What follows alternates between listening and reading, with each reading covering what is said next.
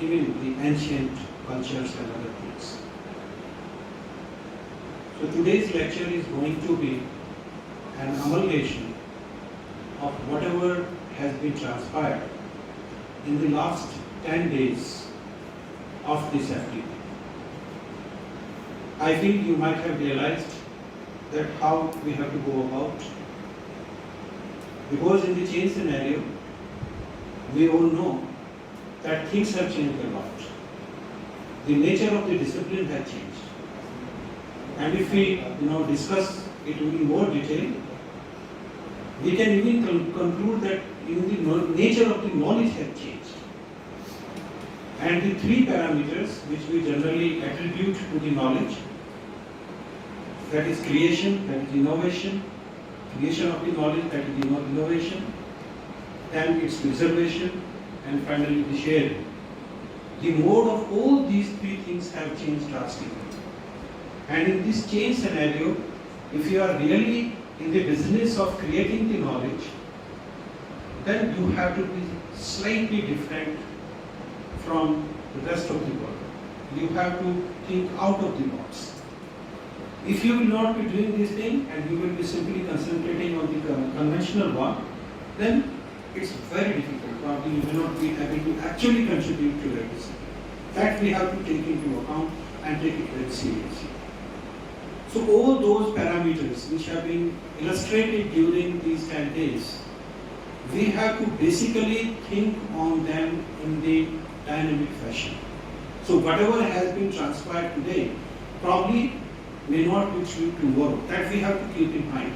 Because these days, creation of knowledge is one thing, but at the same time, more important than this is to learn and then to relearn and then again relearn.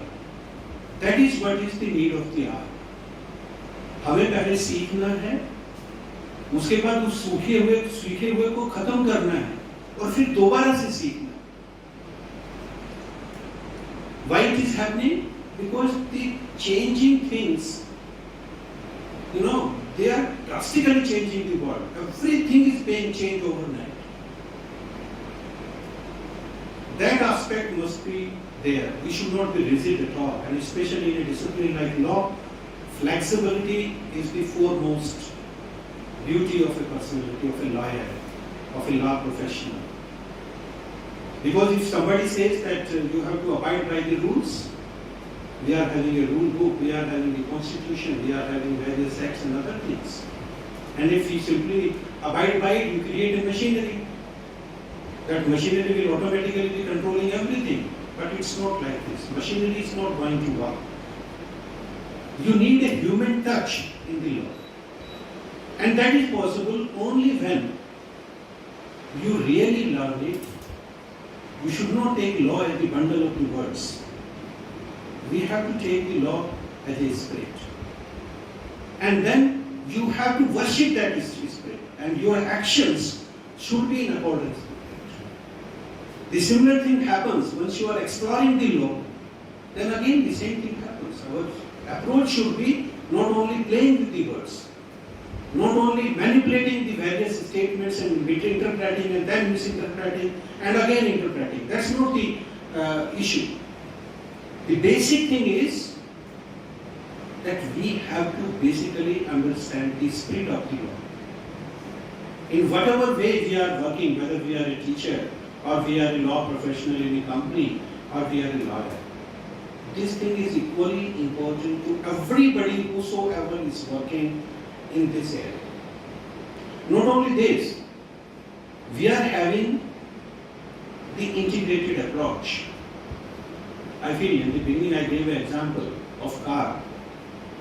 In earlier days, the car was made by an automobile engineer and it was made up of only metals and alloys. केवल लोहा, aluminium, ये सारी चीजों से car बनता था। आज की डेट में आप कार में देखिए सारी चीजें इस्तेमाल होती हैं। लोहा, एल्यूमिनियम भी इस्तेमाल होता है, प्लास्टिक भी इस्तेमाल होता है, सिरेमिक भी इस्तेमाल होता है, और सबसे अच्छी कार वो है जिसमें सारी चीजें इस्तेमाल होती हैं।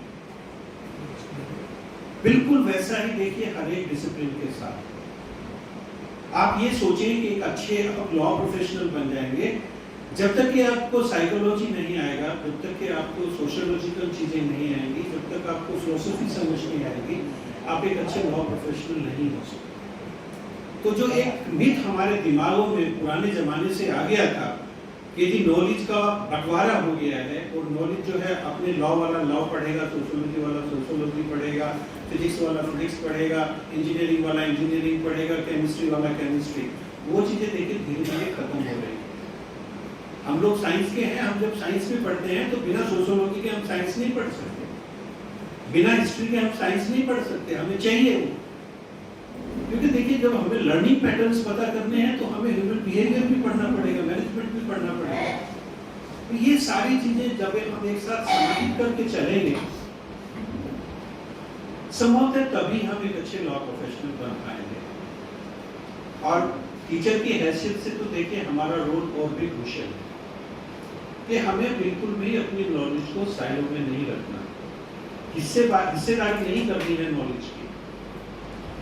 जो नॉलेज हम क्रिएट करते हैं, जो नॉलेज हम एक्सरसाइज करते हैं, जिस नॉलेज का हम प्रयोग करते हैं, वो सारी सबके लिए है, समाज के हर हिस्से के लिए है।